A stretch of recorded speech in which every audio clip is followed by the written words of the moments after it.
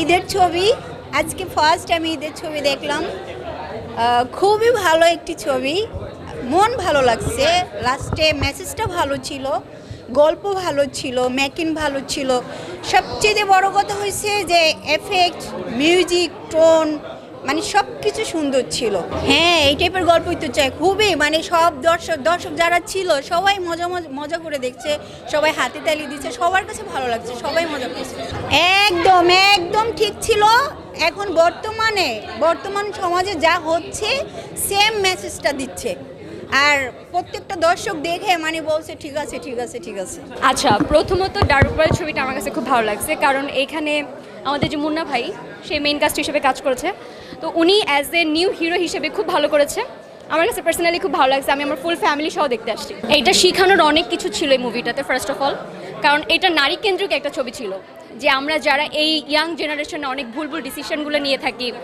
তারপরে হচ্ছে এই যে সুইসাইড অ্যাটেম্প, এইটা দেখলে অনেকে বুঝতে পারবে যে আসলে আমাদের যে ভুল ডিসিশনগুলো, আমরা যে ফ্রেন্ড সার্কেলদের সাথে আড্ডা দিতে যাই, তো আসলে এই জিনিসগুলো কিছু মেনটেন্স করে আমাদেরকে চলতে হবে, যেন ভুল ডিসিশন না নিই, সুইসাইড না করি।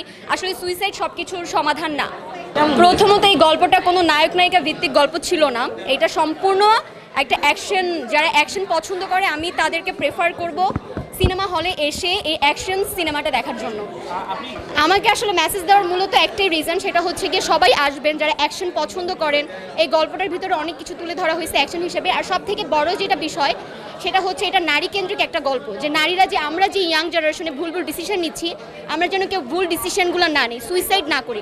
আমাদের সুইসাইড ছাড়াও কিন্তু অনেক ধরনের সলিউশন আছে।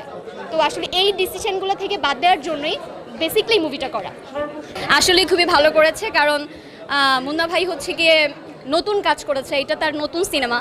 তো আমাদের এক্সপেকটেশন যতটুকু ছিল ভালো করেছে নতুন হিসেবে। ভাবি আর সাকিব ভাইয়ের ছবিটা হয়ে যায়, হ্যাঁ, কারণ মুন্নার টাকা আছে, সাকিব ভাইয়ের টাকা আছে, এই জন্য হয়। আমার তো আপনি কি বলতে চাচ্ছেন আপনার টাকা নেই? না, টাকা নাই, আমি তো গোছগাছ করতেছি আস্তে আস্তে। হ্যাঁ হ্যাঁ, অবশ্যই ভালো গল্প ভালো হলে ছবিও ভালো, আর সুন্দর মেকিং হয়েছে, ভালো হয়েছে।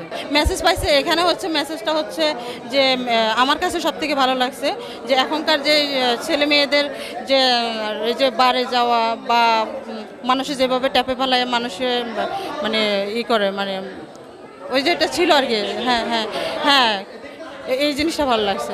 ঠিক আছে, আমি পারবো।